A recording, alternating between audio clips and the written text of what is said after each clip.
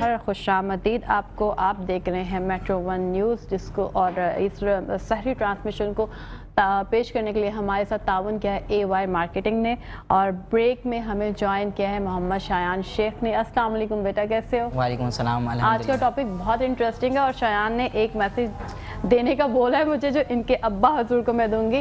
پہلے آپ بتائیے کہ آج آپ کا ٹاپک کیا ہے، کیا عنوان پر آپ بات کر رہے ہیں؟ میں نے تو اس ٹاپک پر بات کرنی ہے کہ اب رمضان المبارک جا رہا ہے تو اس کو کس طرح الوداع کریں. چلیں ٹھیک ہے، یہ آپ کریں، باقی بھی باتیں ہم بعد میں کرتے ہیں، ٹھیک ہے؟ چلیں بسم اللہ. بسم اللہ الرحمن الرحیم. رمضان المبارک جب آتا ہے تو اپنے ساتھ رحمتیں، برکتیں، کشادگی رزق، یوں کہیں کہ ایک کرم کی بہار لے کر آتا ہے. بے شک. مگر ایسا نہیں ہے کہ جب رمضان المبارک جاتا ہے تو یہ تمام چیزیں لے کر جا رہا ہو، نہیں، بلکہ جب یہ جا رہا ہوتا ہے تو مزید ہم پر کرم نوازیاں کرتا ہوا جاتا ہے. سبحان اللہ. رمضان المبارک کے آخری ایام چل رہے ہیں اور ہو سکتا ہے کہ کل ہماری لاسٹ سحری ہو جائے. اللہ سے دعا ہے کہ اللہ رب العزت ہمیں مزید سحری ایک عطا فرمائے.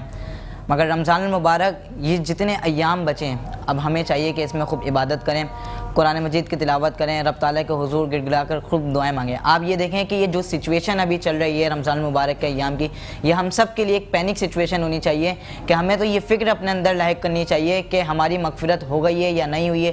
کیونکہ جتنے گناہ گار روزانہ رمضان المبارک میں کہ لاکھوں گناہ گار بخشے جاتے ہیں کہ اس میں ہمارا نام شامل ہو چکا ہے یا نہیں ہوا، ہم سب نے یہ فکر ہونی چاہیے. مگر انفارچونیٹلی ہماری سوسائٹی کی آج فکر یہ ہے کہ آج میں نے ایک کرتا بنا لیا تو آج میں نے دوسری پینٹ شرٹ لینے جانی ہے، تیسری پینٹ شرٹ لینے جانی ہے، شوز لانے. ٹھیک ہے، you can enjoy your Eid but with a boundary of sharia. لیکن بات یہ ہے کہ آج رمضان مبارک جا رہے ہیں، ہمارے اندر کیا غم کی کیفیت ہے. صحابہ اکرام علیہم رضوان کا کیا عالم ہوتا، حضرت عمر رضی اللہ تعالیٰ عنہ کی کیفیت کیا ہوتی تھی کہ جب رمضان مبارک جاتا آپ سے عید کے بارے میں پوچھا جاتا. تو یہ تمام چیزیں ہم سب کو ذہن میں رکھنی چاہیے. تو اب بات یہ ہے کہ یہ جو وقت گزر رہا ہے اس وقت کو ہم غنیمت سمجھیں اور اس وقت کو بہترین طریقے سے استعمال کرتے ہوئے گزاریں. حضور علیہ الصلوۃ والسلام نے فرمایا کہ اگر میری امت کو پتہ چل جاتا کہ رمضان کیا ہے تو وہ تمنا کرتے کہ سارا سال ہی رمضان رہتا. یعنی اس کی ویلیو کو حضور علیہ الصلوۃ والسلام نے کس طرح اجاگر فرمایا ہے. تو اب ہمیں چاہیے کہ ہم یہ سمجھیں. اور آخر میں ایک بات یہ بھی کہوں گا کہ آج جو لوگ ہیں اس وقت مہنگائی کا بازار گرم ہے، لوگ پریشان ہیں مہنگائی کے طور پر بھی. تو کیوں نہ ہم یہ سب سوچیں کہ یہ جو رمضان شریف چل رہے ہیں اس میں دعائیں مانگ لیں. ہو سکتا ہے کہ یہ ہماری دعاؤں کی بدولت یہ تمام چیزیں ہٹ جائیں اور یہ وقت بھی گزر جائے. اچھا، یہ ابھی جو یہ وقت بھی گزر جائے، ایک بڑا انٹرسٹنگ جملہ ہے، میں نے ایک کتاب میں آج ہی پڑھا کہ منقول ہے کہ ایک بادشاہ تھا، اس نے کہا اپنے وزیر کو کہ مجھے کوئی ایسی چیز بتاؤ کہ جب میں خوش ہوں تو میں غم کی کیفیت طاری ہو جائے مجھ پر جب میں اسے دیکھوں، اور جب مجھ پر غم کی کیفیت طاری ہو تو میں اسے دیکھوں کہ میں خوش ہو جاؤں. تو اس کا جو وزیر تھا بڑا عقل مند تھا. اس وزیر نے کیا کرا، اس کو تحریر لکھ کے دی اور اس تحریر میں لکھا تھا یہ وقت بھی گزر جائے گا. یعنی بادشاہ جب اس جملے کو دیکھتا تو وہ یہ دیکھتا کہ اگر آج میرے پاس خوشی ہے، اگر میرے پاس ہے تو مغروریت کیوں اپنے اوپر لائق کروں، یہ وقت بھی گزر جائے گا. اور اگر آج میرے پاس پریشانیاں ہیں، میرے ساتھ مشکلات گھری ہوئی ہیں تو یہ وقت بھی گزر جائے گا، جلدی غم کے بادل چھٹ جائیں گے.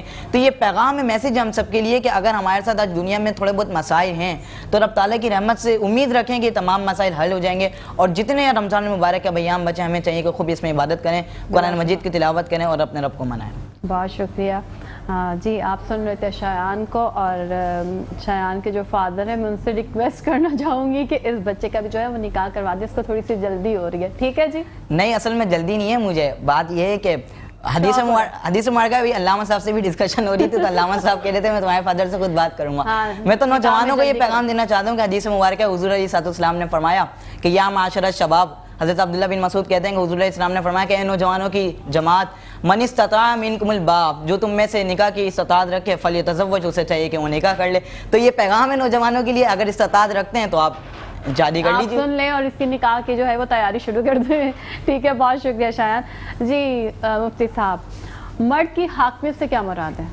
بسم اللہ الرحمن الرحیم. الرجال قوامون علی النساء بما فضل اللہ بعضهم علی بعض. ہمارے یہاں ایک جو ہے جملہ جو ہے بڑا مشہور ہے کہ مرد جو ہے وہ حاکم ہے عورت کے اوپر.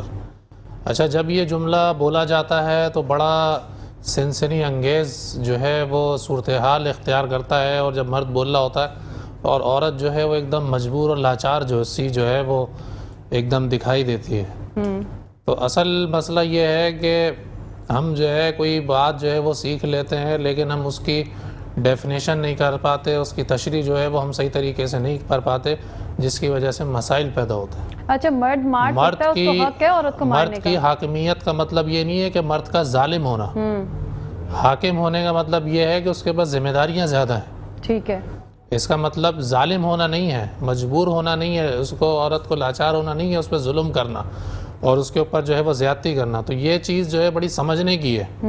حاکمیت سے مراد جو ہے وہ اس کی ذمہ داریوں کا ہے کہ اس کو باہر جانا ہے, کام کاج کرنا ہے, گھر کی جو چیزیں ہیں وہ پرووائڈ کرنی ہے, جبکہ گھر کے جو معمولات ہیں وہ عورت کو جو ہے وہ دیکھنے ہیں. نبی پاک صلی اللہ علیہ وسلم نے فرمایا کہ تم میں بہترین شخص وہ ہے جو اپنی عورتوں کے ساتھ اچھے ہیں. اور اسی طریقے سے عورت کو اس طریقے سے جو ہے, آپ نے پوچھا کہ مار پیٹ کرنا, اس طریقے سے مارنا کہ جو تشدد کرنا کہ جس کو جو ہے وہ نشانات جو ہے وہ پڑ جائیں, اور تو یہ بالکل بھی جو ہے وہ بالکل بھی جائز نہیں ہے یہ چیز. ٹھیک ہے. اگر عورت جو ہے وہ نافرمان ہو تو اس کا بھی طریقہ جو ہے وہ سکھایا گیا ہے. پنشمنٹ بھی جو ہے وہ تیسرے درجے کے اندر آئے گی, یعنی کہ نمبر 1 عورت کو سمجھائے, نصیحت کریں. آج ہم یہ دیکھیں ہم میں سے کون نصیحت کرتا ہے بیٹھ کے, کوئی سمجھاتا ہی نہیں ہے بیوی کو. بھائی اب جب بیوی آ گئی بس یہ سمجھ لیا کہ بس یہ کوئی لونڈی آ گئی اس کے ساتھ, نہیں مانے گی تو جی اس کو مارنا ہے. جی بالکل. چلتے ہیں ایک بریک پر, کہیں مت جائے گا, لوٹ کر آئے گا نور سحر میں. سحر ایک دفعہ پھر سے خوش آمدید کہتی ہوں. میں ہوں آپ کی میزبان سونیا آصف, اور میرے جو ساتھی میزبان تھے فیصل علی بلوچ صاحب, ان کی صحت تھوڑی سی ناساز ہے, تو آپ سب سے درخواست ہے کہ ان کی صحت یابی کے لیے دعا کیجیے. اب ہمارا پروگرام کیونکہ اپنے اختتام کی جانب بڑھ رہا ہے تو میں آپ سے چاہوں گی اجازت. انشاءاللہ کل آپ سے ملاقات ہوگی, اور اب میں اپنے نعت خواہوں سے گزارش کروں گی کہ وہ کوئی کلام آپ کے لیے پیش کریں. میری طرف سے اللہ حافظ. قلب عاشق ہے اب پارا پارا, الوداع الوداع ماہ رمضان. قلب عاشق ہے اب پارا پارا, الوداع الوداع ماہ رمضان. تیرے آنے سے دل خوش ہوا تھا,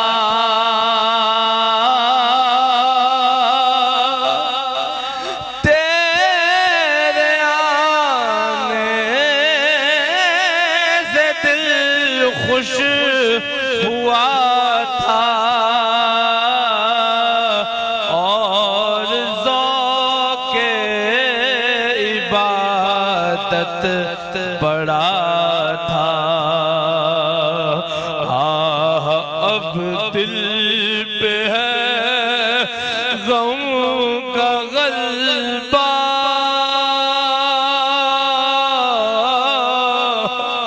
الوداع الوداع ماہ رمضان.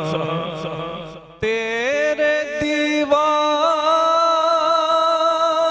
اب رو رہے ہیں, مضطرب سب کے سب ہو رہے ہیں. کون دے گا انہیں اب دلاسا, الوداع الوداع ماہ رمضان. جب گزر جائیں گے ماہ 11, جب گزر جائیں گے ماہ 11, تیری آمد کا پھر شور ہوگا. کیا بھروسہ میری زندگی کا, الوداع الوداع ماہ رمضان بز میں افطار سجتی تھی کیسی خوب سحری کی رونق بھی ہوتی سب سما ہو گیا سونا سونا الوداع الوداع ماہ رمضان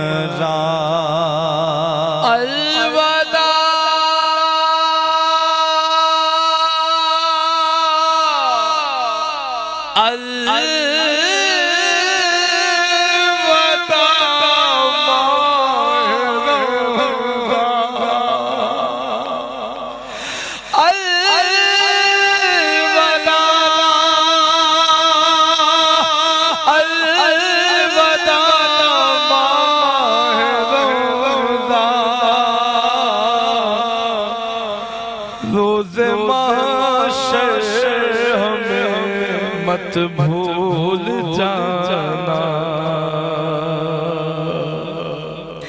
الوداع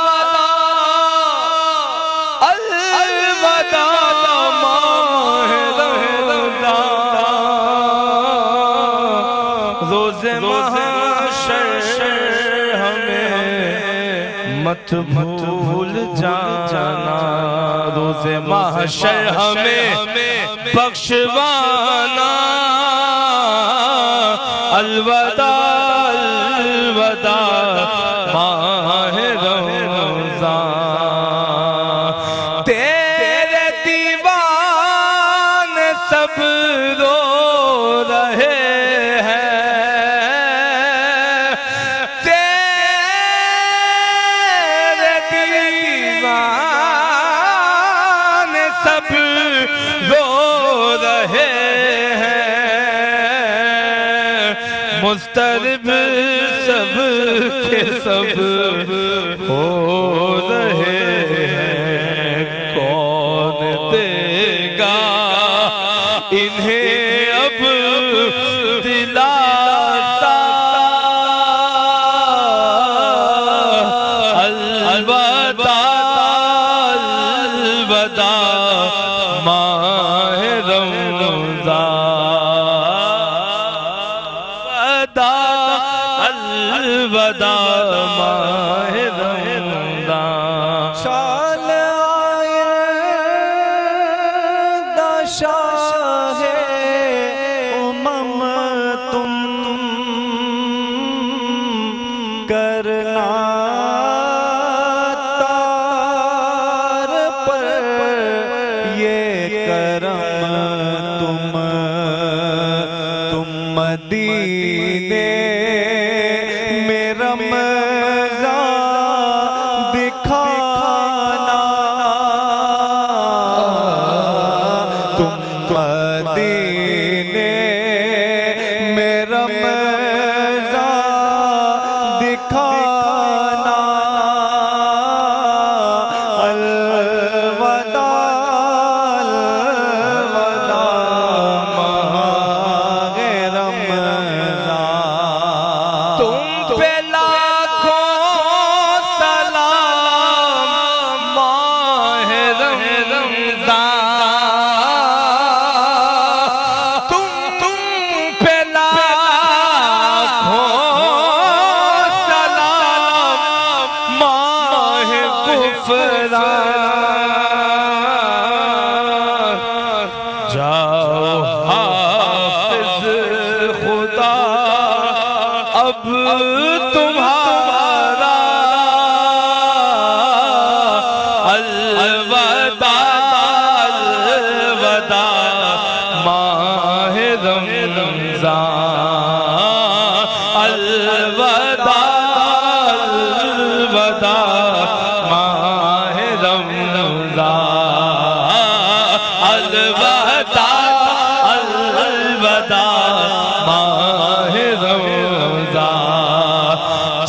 گزر جائیں گے ماہ 11 جب گزر جائیں گے ماہ 11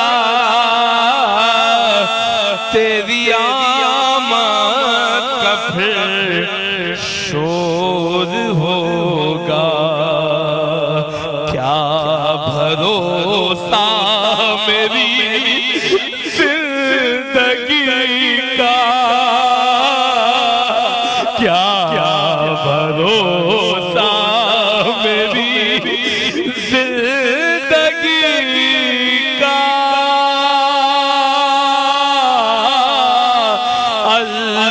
الوداع الوداع